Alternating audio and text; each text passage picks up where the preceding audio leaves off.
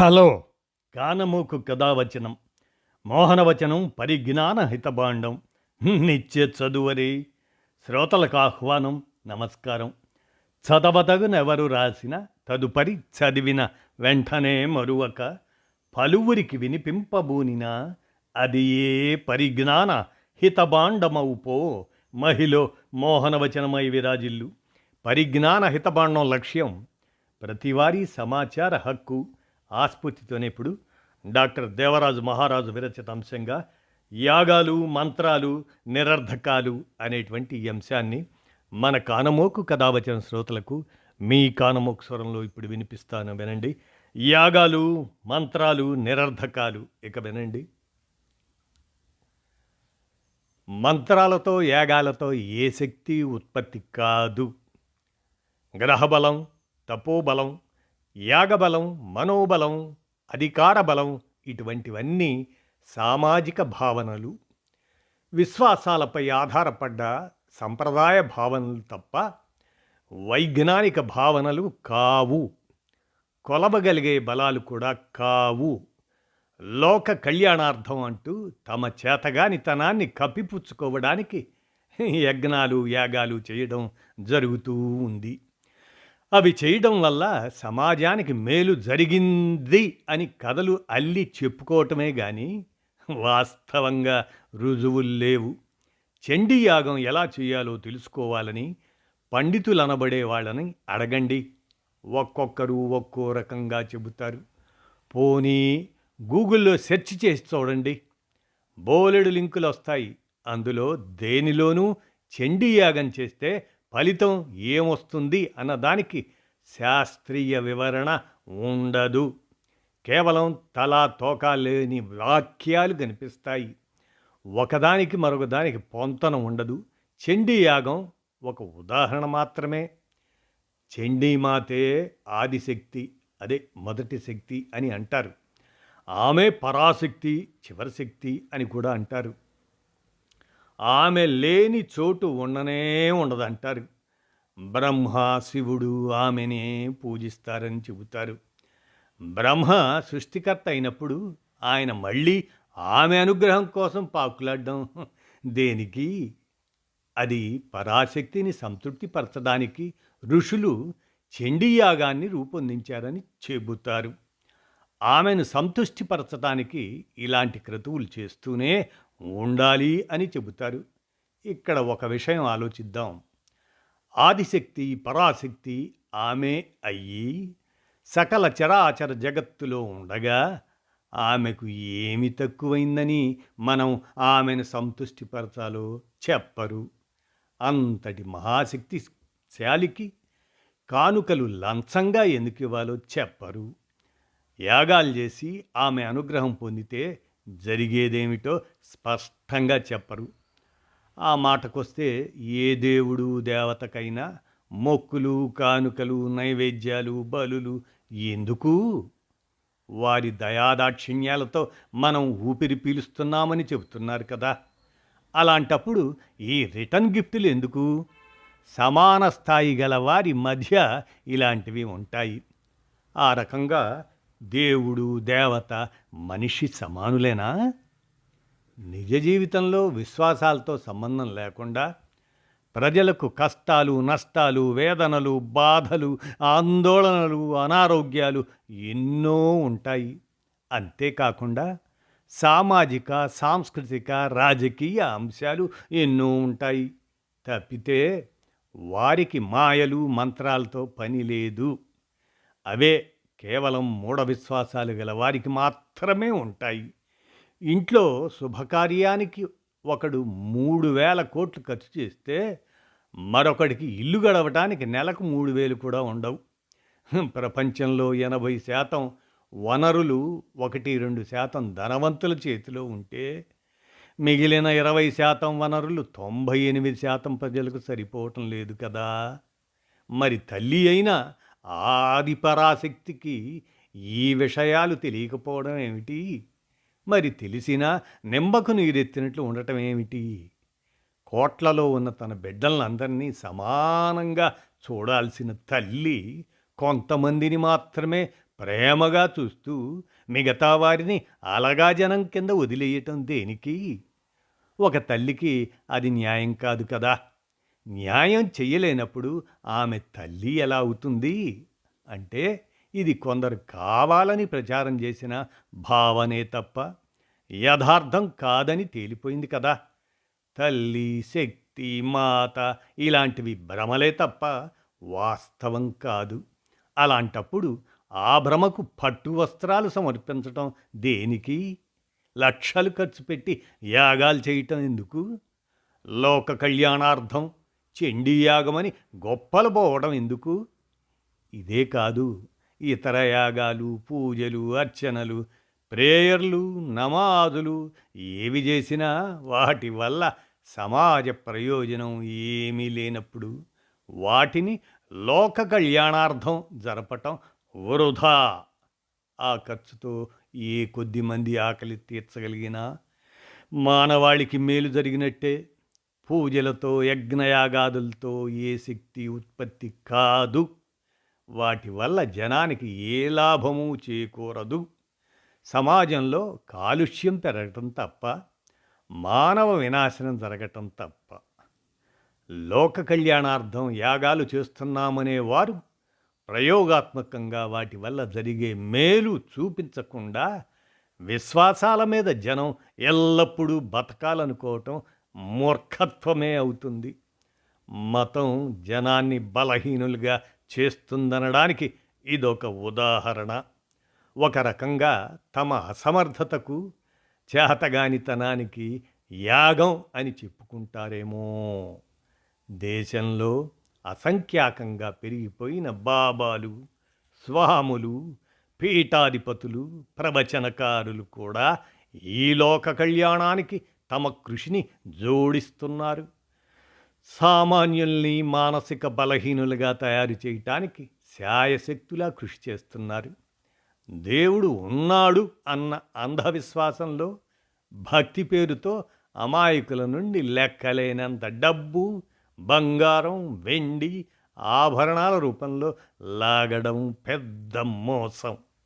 వివిధ దేశాల్లోని మన ఎన్ఆర్ఐ అంధవిశ్వాసకుల నుండి కూడా లెక్కకు మించిన సొమ్ము లాగి లేని దేవుడి వైభవాన్ని నిలబెడుతున్నారు. దేవుడనేవాడు ఉంటే ఆశ్రమాలలో బాబాలు, స్వాములు స్త్రీలపై అత్యాచారాలు చేసి ఎందుకు చంపుతున్నారు? వీళ్ళంతా రియల్ ఎస్టేట్ బ్రాండ్ అంబాసిడర్లుగా, అధికారంలో ఉన్న వారికి బేనామీలుగా ఎందుకు మారుతున్నారు? కొన్ని రాజకీయ పార్టీలకు కుడి భుజాలెందుకు అవుతున్నారు?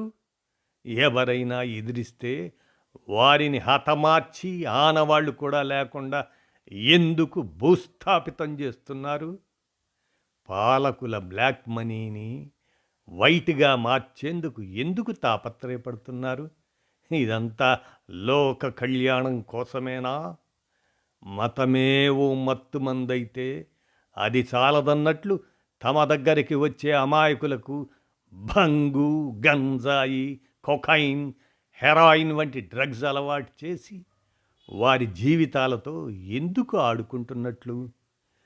పైకి మాత్రం భక్తి, ఆధ్యాత్మికత, దైవభావన, సమర్పణ ఇలాంటి మాటలు చెబుతూ దేశ ఔన్నత్యాన్ని ఇనుబడింపజేస్తున్నామని అనుగ్రహ భాషణలు ఇస్తారా? వాస్తవంగా ఈ విశాల విశ్వంలో ఏ ఏ శక్తులు, అవే బలాలు ఉన్నాయో చూద్దాం. గతంలో ఏది జరిగినా, భవిష్యత్తులో ఏది జరగాలన్నా అందుకు 4 రకాల బలాలే, అవే శక్తులే కారణం అవుతాయి. 1 strong nuclear forces, 2 week nuclear forces, 3 gravitational forces, 4 electromagnetic forces.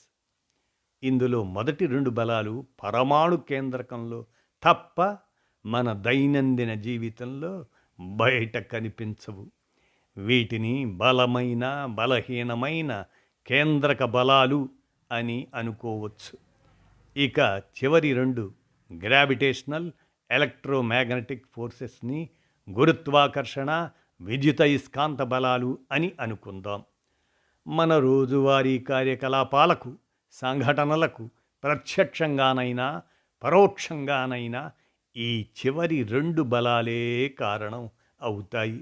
ఇంతకు మించి ఇతర బలాలు, శక్తులు ఉన్నాయని ఎవరైనా చెబితే అది అబద్ధమే అవుతుంది. భారత ప్రధాని 2020 జనవరి 3న ఉదయం 11:12 ట్విట్టర్లో ఇలా ఒక పోస్ట్ పెట్టారు. నిశ్శబ్దంగా ఉండే శక్తి పర్వతాలనైనా కదిలిస్తుందట. ఆయన వాక్యాలు ఇలా ఉన్నాయి. ఎవరికి వారే విశ్లేషించుకొని అర్థం చేసుకుంటే మంచిది. We know from science that the potential energy, the silent form of energy, can move mountains by its conversion to the kinetic energy of motion. Can we build a science in motion? Prime minister at Narendra Modi. అదండి. విగ్రహ ప్రతిష్టాపనలు BJP వారే కాదు, ఇతర పార్టీల వారు కూడా పోటీ పడి చేస్తున్నారు. ఒకరికి రాముడు కలలోకి వస్తే మరొకరికి కృష్ణుడు కలలోకి వస్తున్నాడు. అదేమిటో విచిత్రం. ఇదొక ట్రెండ్ అయిపోయింది. ఇప్పుడు తెలంగాణలో రామానుజుడి విగ్రహం కూడా అందులో భాగమే. తమ డబ్బుకు ఉన్న నలుపు రంగు కనపడకుండా తెలుపు రంగు పులుముకునే ప్రయత్నమే అది. సైన్స్కు ఉన్న ప్రాథమిక లక్షణం సహనం. ఒక విషయాన్ని రుజువు చేయడానికి అది శతాబ్దాల పాటు కృషి చేస్తుంది.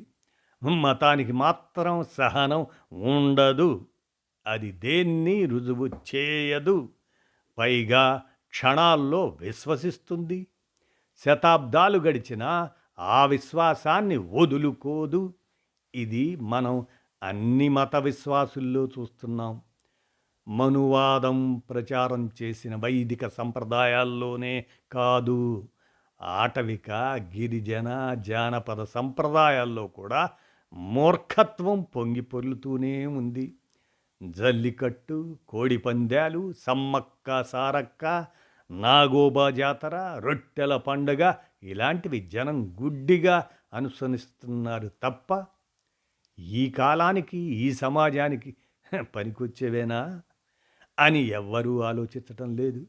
అందుకే పెరియార్ ఒకసారి అన్నారు, దేవుడి వల్ల లాభం పొందేది ఇద్దరు, ఒకరు పూజారి, 2 వ్యాపారి అని.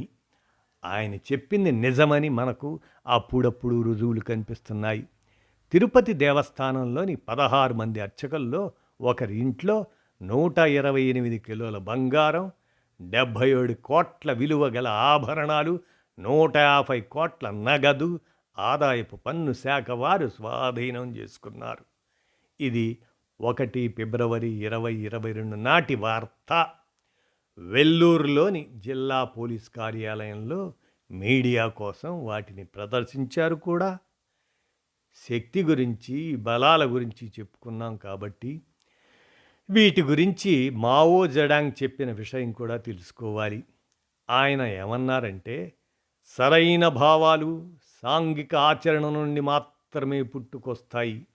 అవి ఉత్పత్తి పోరాటాలు, వర్గ పోరాటాలు, శాస్త్రీయ శోధన అనే 3 రకాల సాంఘిక ఆచరణల నుండి మాత్రమే పుట్టుకొస్తాయి.